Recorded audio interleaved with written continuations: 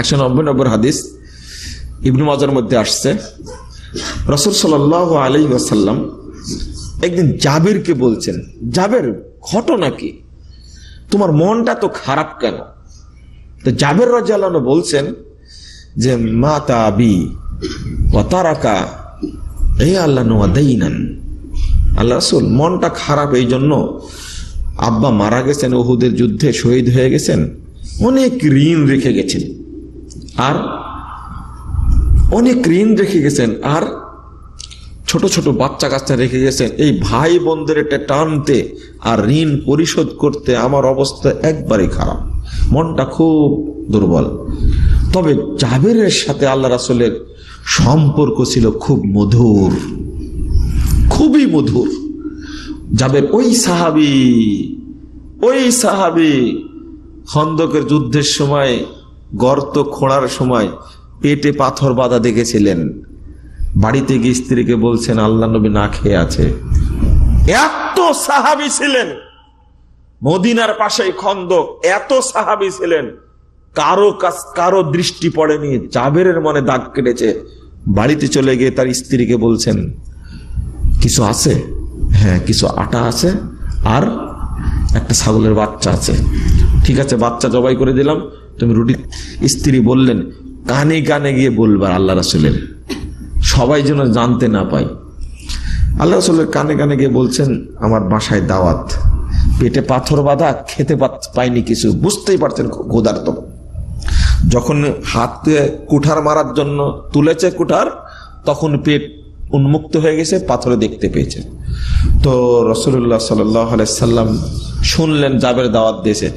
আল্লাহ রাসূল কুঠারটা রেখে বলছেন ও সাহাবেরা কাজ বন্ধ করো, জাবের তোমাদেরকে দাওয়াত দিয়েছে। এই হলো জাবের রাদিয়াল্লাহু আনহু। সবাই যাচ্ছে, স্ত্রীর দেখে মাথায় খারাপ, ছাগল তো একটু, সাহাবী হলো 1800, একটু আটা, জাবেরকে দেখে তার স্ত্রী খেপে গেছে যে এই তোমাকে কি বললাম, করছোটা কি? আমি কিছু বলতে পারবো না, আমি আল্লাহ রাসূলকে কানে কানেই বলেছি, কিন্তু এলান করেছে আল্লাহ রাসূল, দায়িত্ব আমার না। জাবেরের মুখ দেখে চিনতে পেরেছেন।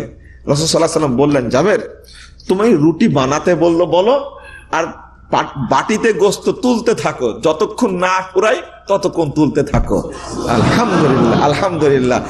জাবেরের বাড়িতে দাওয়াত খেতে গেছেন 1700-1800 সাহাবী একসঙ্গে, একটা ছোট্ট ছাগল আর কয়েকটা রুটি বানাতে থাকলেন আর দিতে থাকলেন, রুটি বানাতে থাকলেন আর দিতে থাকলেন।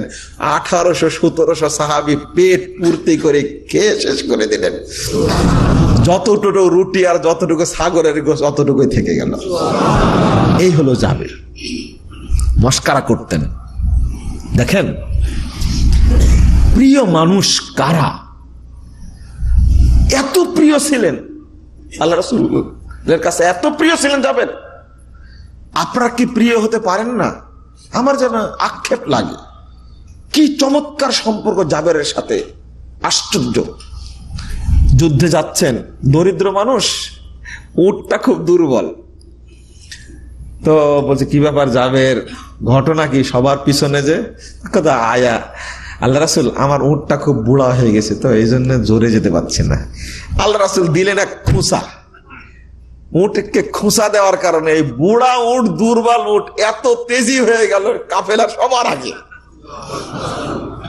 বলছেন যে উটটা বিক্রি করবো না? না, এটি আপনি এমনি নিয়ে নেন।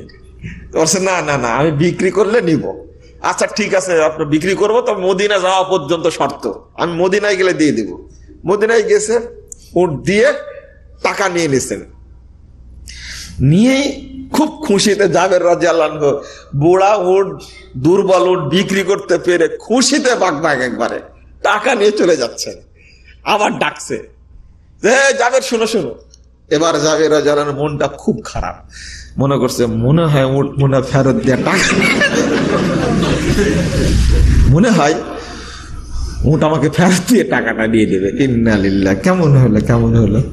আল্লাহ রাসূলের কাছে যাওয়ার পরে এবার আল্লাহ রাসূল বললেন যে জাবের কি ব্যাপার, তো মনটা খুব খারাপ, কথা বলছে না যে ঠিক আছে ও মা আলুকা ও জামালুকা খুসমা আলাকা ও জামালাক, ঠিক আছে তুমি টাকাও নিয়ে যাও উঠো নিয়ে যাও। কি সম্পর্ক থাকলে এমনটা হতে পারে? জাবের বিয়ে করেছো? করেছি। তো কি কুমারী মেয়েকে না বিধবাকে? তো বিধবা মেয়েকে বিয়ে করেছি। তখন আল্লাহ রাসূল বলছেন যে তুলাইবুহা ওয়া তুলাইবুক, তুমি কুমারী মেয়েকে বিয়ে করতে, তুমি ওর সাথে খেলতে, ও তোমার সাথে খেলতো। জাবের এমন একটা জবাব দিয়ে দিলেন, আসলে আমিও কথা বলতে বলে বারবার জাবের বলছি, জাবের রাদিয়াল্লাহু আনহু বলা উচিত, মানে আমার কথাটা মানে এত আন্তরিকতার সাথে বের হচ্ছে, মনে হচ্ছে যে খুব স্বাভাবিক, খুব দামি সাহাবী একজন। তখন জাবের রাদিয়াল্লাহু আনহু উত্তর দিলেন, এমন উত্তর দিলেন আল্লাহর নবী একবার চুপে গেলেন, কোনো কথা বলতে পারলেন না। আল্লাহ রাসূল, আমার অনেক ছোট ভাই বোন আছে, যদি কুমারী মেয়েকে বিয়ে করি এরা ভাই বোনদেরকে লালন করতে পারবে না, আমার ভাই বোনদের যেন লালন যেন করতে পারে এই জন্য আমি বিধবা মেয়েকে বিয়ে করেছি। আর জবাব আছে আল্লাহ রাসূলের। এই জাবেরকে জিজ্ঞেস করছেন একদিন, কি ব্যাপার জাবের, তোমার মনটা খারাপ কেন? তখন জাবের রাদিয়াল্লাহু আনহু উত্তর দিচ্ছেন। এবার আসল ঘটনায় আসেন, মাঝখানে অনেক দূরে চলে গেছিলাম আমরা। তো বলছে আল্লাহ রাসূল অনেক ঋণ রেখে গেছে, আর ছোট ছোট বাচ্চা কাচ্চা রেখে গেছে, এদের খেতে দিব না, ঋণ পরিশোধ করবো এই নিয়ে। তো রাসূল সাল্লাল্লাহু আলাইহি সাল্লাম বললেন, আফালা তুবাশশিরুক, জাবের তোমাকে একটা সুসংবাদ দেই। তো আমা তুবাশশিরুন, আমাকে সুসংবাদ কি দিবেন? কি সুসংবাদ দিবেন আমাকে?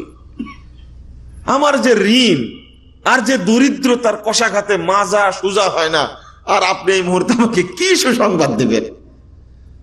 তখন বলছেন, জাবের শোনো, লাকি আল্লাহ আবাকা ও কাল্লামে কিফাহিন, জাবের আল্লাহ রব্বুল আলামিন তোমার বাপের সঙ্গে সাক্ষাৎ করেছেন। জাবের আল্লাহ তোমার বাপের সঙ্গে, তোমার বাপ আল্লাহর সঙ্গে সাক্ষাৎ করেছেন, এইটা না, লাকি আল্লাহু আবাকা, আল্লাহ তোমার বাপের সঙ্গে সাক্ষাৎ করেছেন।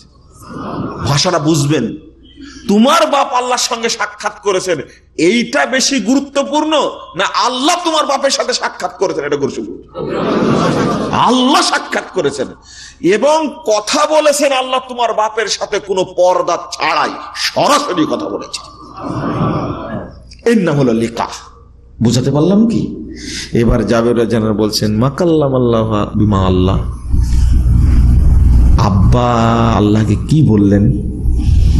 এতক্ষণ কথা বলেন, এবার মুখ খুলেছেন। আচ্ছা তাহলে আব্বা আল্লাহকে কি বললেন? আব্বার সাথে আল্লাহর কি কথা হলো? তো আল্লাহ রাসূল বলছেন যে তোমার বাপ আল্লাহকে বলেছেন যে আল্লাহ তুমি আমাকে জীবিত করে দুনিয়ায় আবার পাঠায় দাও, আমি আবার শহীদ হব, আমি আবার তোমার কাছে আসব, তুমি আবার আমাকে দুনিয়ায় পাঠাবে, আমি আবার শহীদ হব, আমি আবার চলে আসব, আবার দুনিয়ায় পাঠাবে। এটা হলো জাবেরের বাপের মর্যাদা। আর এতক্ষণ যতটুকু বললাম কার মর্যাদা? জাবেরের মর্যাদা। তাহলে বাপ কা বেটা, বাপ কেমন ছিলেন আর বেটা কেমন ছিল? শেখ আব্দুল ওয়াসি বললেন, নিজেকে যেমন হতে হবে সন্তানকেও সেমন করতে হবে। এইটা লেখা বুঝালাম। চিন্তা করেন বান্দাকে আল্লাহ কত ভালোবাসেন, মৃত্যুর পর পরই আল্লাহ বান্দার সাথে সাক্ষাৎ করেন। মানে কি বুঝলেন? এখন আপনার ঠেকা বেঁধেছে আল্লাহকে সন্তুষ্ট করা। যখন আপনি নেক আমল করে মারা যাবেন তখন আল্লাহর দায়িত্ব হয়ে যাবে আপনাকে সন্তুষ্ট করা। কথা বোঝা গেছে? রাদিয়াল্লাহু আনহুম ওয়া রাদু আন, আল্লাহু আকবার। এই আয়াতটা মনে রাখে, রাদিয়াল্লাহু আনহুম ওয়া রাদু আন, আল্লাহু আকবার। এইটাই সন্তুষ্টি, এটা লেখা।